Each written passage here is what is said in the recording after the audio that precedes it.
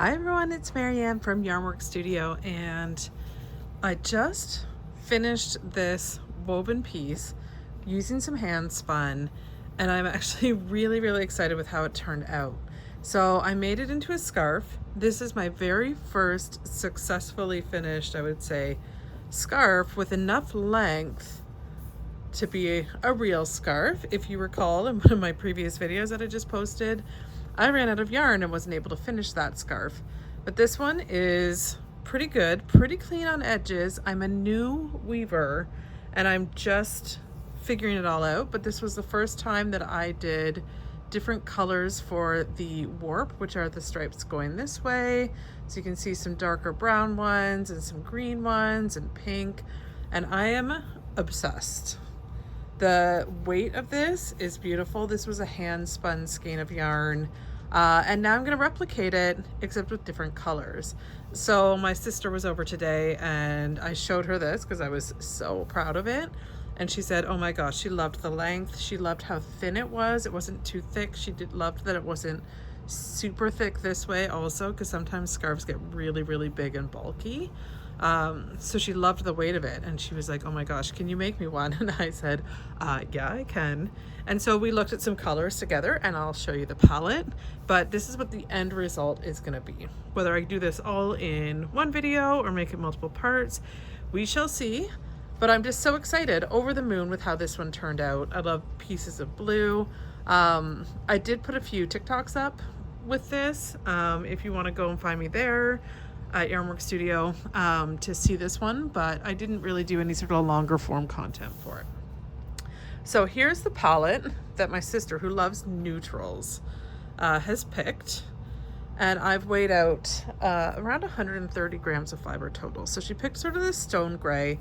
It looks darker on camera than it does in real life. And then a nice soft gray to accent it. She's definitely a neutral girl, and I love that. And then this beautiful peach. I'm not sure if it's coming out. Let me focus it here. I'm not sure if it's coming off as peachy on there. It's like a soft pink with a hint of peachiness. And so I've got a little bit of that. And then a beautiful sort of dark gray that has a slight purplish cool undertone that is also just gorgeous. I feel like I need to refocus. Okay. And then this sort of minky color, which is a cool, very soft pink purple, and I just love it. And then we decided to put in a little bit of silk as well. I believe that this is mulberry silk, but I'm not 100% sure. It is a very shiny silk, that's for sure. So this is the palette. And then we also looked at some of my Angelina colors, and we're thinking probably this one that has like sort of a greenish slash coppery tone to it. Let's see if I can focus it up here. There we go. So it's got sort of a greenish copperish color, or we may end up going with some silver, but definitely keeping it neutral but on the cool side. So that's what we're going to do today. I'm going to do the blending, at least to start, for this video. I love watching people blend, and I just feel like I don't see enough of it on YouTube, and I love watching YouTube videos. So if you have a favorite channel for someone who blends, please link it to me in the comments so that I can follow along. Carding, blending boards, I love it all. Okay, I'm gonna just play with this a little bit for a second. I shouldn't do this live. I should pause for this, but here we are. So I mentioned I have around 130 grams of fiber, and I'm just gonna go with what I feel. Again, I feel like weaving keeps me very free to do kind of whatever I might feel like doing. It feels like with the hand spun I've been using for it, there's really no wrong way to mix it up. So I think what I'm going to do is I'm going to start, I have a lot of this sort of stone darker gray, and I'm just going to go for it. I'm going to end up with several boards full, probably 4 boards full for this at a minimum. And I'm gonna start with a thicker section. Hopefully this isn't too shaky with the camera. It's always a little bit tricky when the camera is mounted to the same table that I'm working on. All right, so there was some of that. I don't have much of this taupey, beautiful, purplish gray brown, so I'm gonna save that for now. Let's go into a little bit of this nice puffy stone gray. And for people who are wondering, I get this question quite a bit around where I'm getting my fiber from. So I have a ton of dyed fiber from Chaotic Fibers. Carrie there is amazing and has just so many things at really good prices to get started. She's who I first found when I first started getting my blending board and getting into blending, and I was just super, super excited to find her. And she's in Canada, which is a bonus for me, so don't have to worry about customs and duties and all that good stuff. All I have to worry about is, you know, postal strikes and whatnot that we've been dealing with recently. Okay. So my base layer, I'm just kind of layering some stuff in. I have a no plan here. Let's get some of our peaches in. I also am not sure how I'm going to pull it off the board.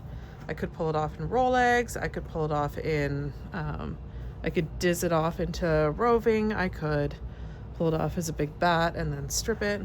There's just so many options, and they all will completely change what the finished yarn looks like, which is what I love about playing with this, but it's also, I think, something that some people just really dislike about it because it's kind of so open. It seems too open-ended sometimes. Right now I seem to just be doing stripes. I'm going to do a thinner bit of this, basically laying down some foundational stripes. And then what I do on top of it, we shall see.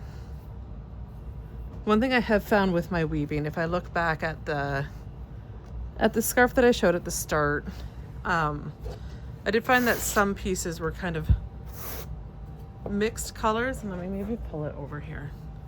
Find an example of where there's kind of like mixed colors in there. They can look a little bit sort of unintentional, and I like that parts of it, but also it seems a little bit scattered. So I either want to do it a lot more probably than I did in that mix, or less, to kind of make it feel more cohesive and pulled together. I don't know. Okay, let's get more of the dark stuff going here. And we'll fill that all the way to the end. Knowing that the gray is dark, is the darkest color, it's gonna get probably the most dominant. It's also the one I have the most of in this blend. So it's gonna be the most dominant in the color scheme here. Okay, so let's see where we're at. I do wanna put some of the silk in. This is actually quite a bit of silk. I may not use it all, but I want to put the silk in, I think, with the light colors.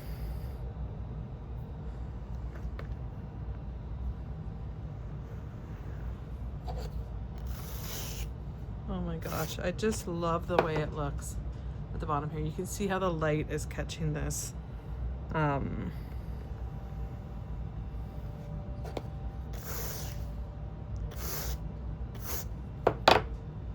So nice. I'm gonna put it in with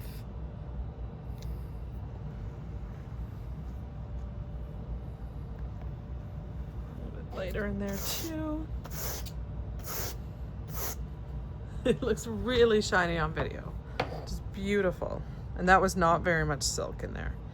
Okay, now I think I want to kind of add some color dimension. So what I'm gonna do is I'm gonna take this taupey color. I'm gonna put a bit more on that base where it was to fill that in, because that's looking a little sparse. I can still see my carding cloth underneath. But I'm gonna use it to add a bit of dimension to this stony dark gray and kind of be a layer in between there. I'm gonna take the soft peach and kind of layer it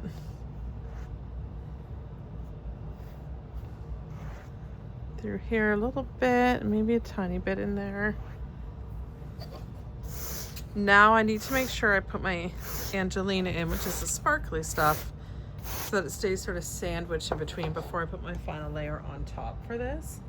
So this is where I kind of have to eyeball. Am I feeling this? I feel like that's too light. I feel like it is going to be this.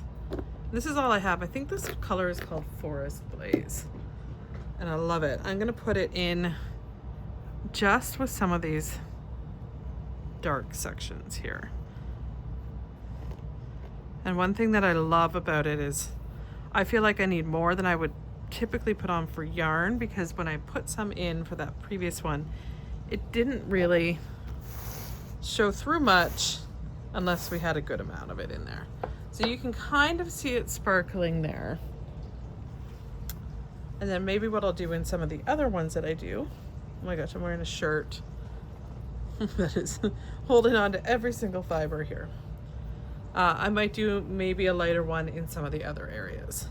Okay, but that looks good to me. And now I want to put my last layer on top to kind of sandwich in this Angelina and this silk. And so I'm gonna, oops, I'm gonna start by smacking the camera, as I do. We all know that. Actually, let me see about smacking the camera again. I think I need more of this one. This color is beautiful. I'm gonna start with that one. I'm also trying to balance it with which ones I have the most of color-wise, which is probably this color and the peachy color and the dark gray. Okay, I'm gonna put the dark gray on top of here.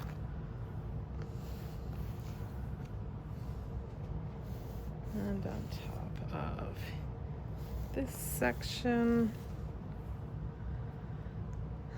I'm going to take some more of the peachy.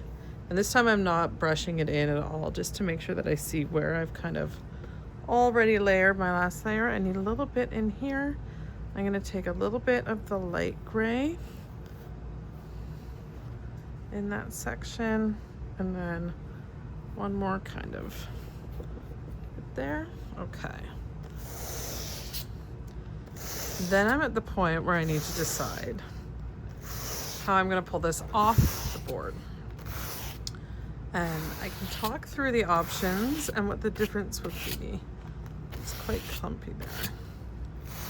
So the option that I've done most often recently is just pulling the entire thing off. Oh my gosh, look at this. Let me get it to focus.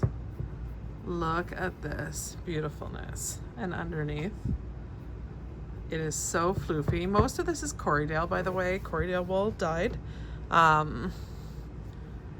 So if I just pull the whole thing off in one big piece, it makes like a mini bat that's probably 25-30 grams of fiber on here. And then I just strip it like a normal bat. And what that would do is it would basically have these long stripes. So each vertical, kind of like this, will become sort of stripes. So if you almost kind of draw like a zigzag, this is the striping pattern that it's going to have. So it's going to sit in these colors for a while and then into these colors. The second thing I could do is I could diz off the board.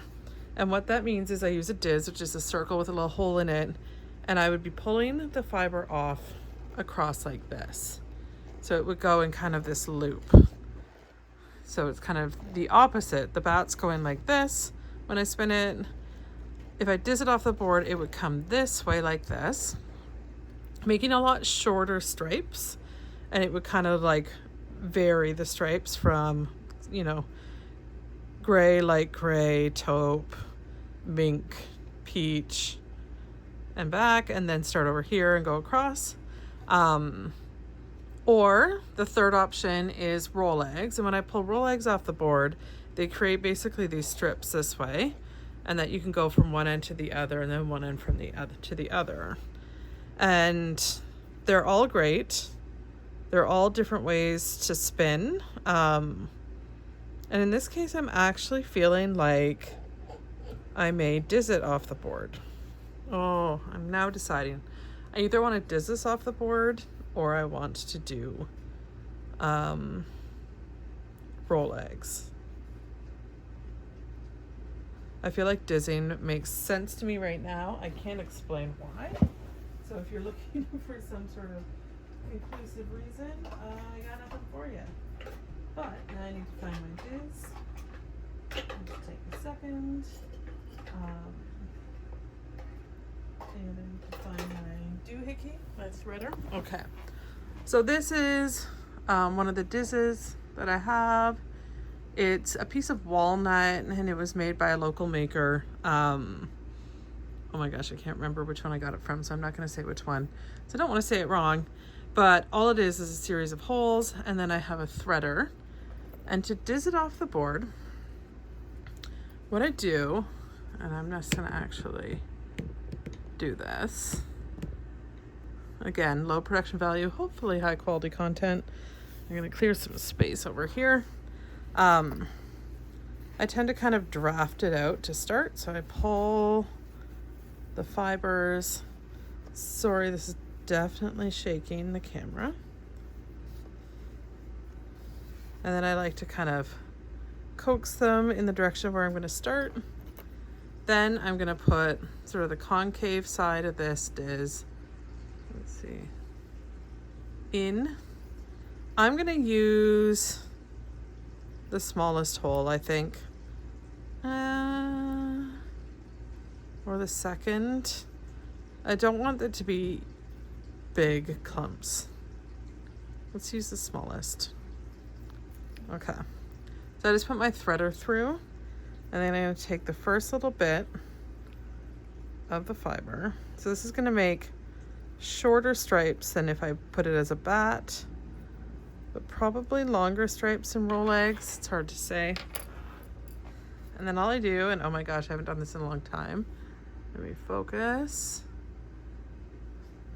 Is I pull a little bit, and then I put my dizz in. You can already see what this is doing with the fiber. So I'm pulling, and then the dizz is just kind of pulling more hairs in.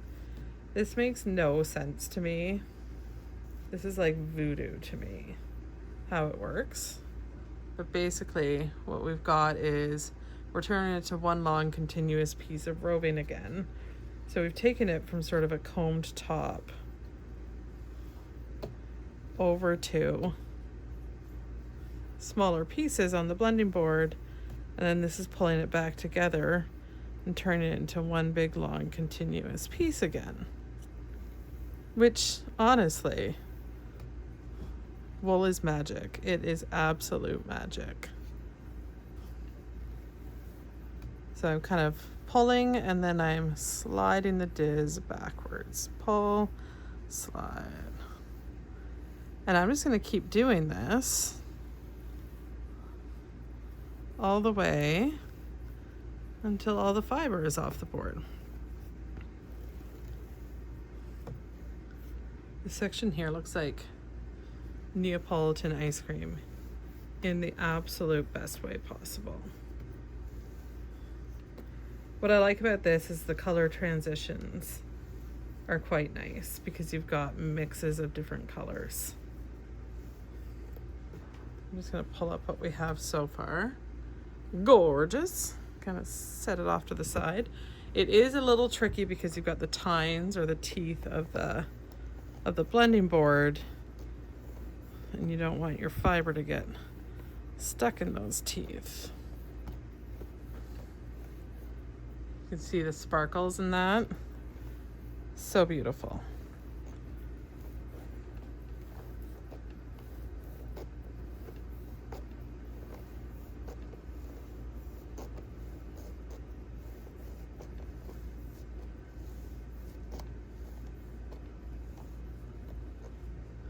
So as I'm pulling, I'm just kind of pulling it a little bit in the direction of where I want to pick up the fiber.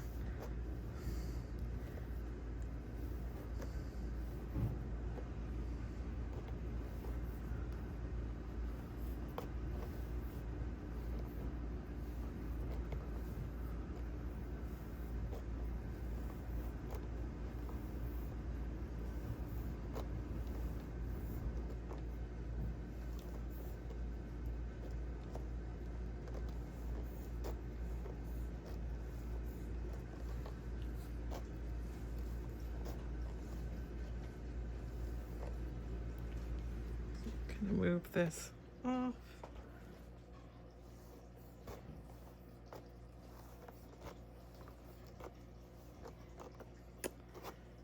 I don't have good tricks and tips for as you get to the end. Sometimes it gets a little messy, but hopefully I can just kind of get it all off. It's getting a little tangly just because these are the ends. Some people just don't use the ends. I'm gonna give it a go though. I want to maximize how much fiber I use.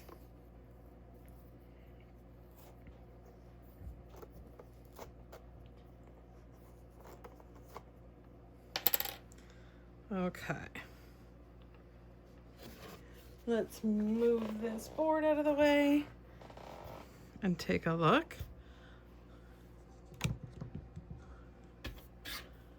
Okay, let's focus. Beautiful. Hopefully you can see a little bit of the shimmer in it. It's like a neutral dream, that's for sure. And then typically what I do with this, so it's one big long continuous piece, I go find the end wherever I put it. Okay. And then I just make a beautiful bun. I call this a bun.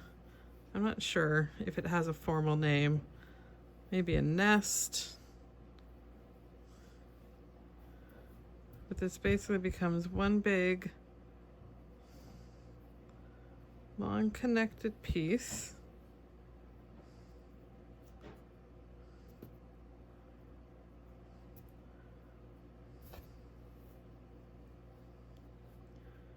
In theory. So there it is.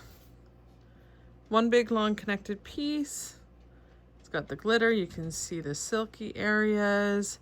It looks beautiful. I know it will spin up nicely because it's just so gorgeous. And then we'll decide after I spin the singles how I want to ply it. Do I want to chain ply it to kind of keep the colors together? For this scarf, what I did was a standard 2-ply, and it just worked out beautifully. It flowed really nice, and I had the no plan for this. So here it is. Here is the first blend. What I'm going to do is I'm going to do that, repeat that generally, probably 3 more times, and then I'll have fiber to spin up, and this will make one large skein that I'll use for the weft, which is this way. Is my technical terms. Again, not a experienced or advanced weaver yet, but I do know my way around a blending board and how to design something to spin into hopefully something gorgeous. So hopefully you'll stick around. Either this will be one part and I'll make different parts after it's done, or I'll put them all together in one video. See you next time.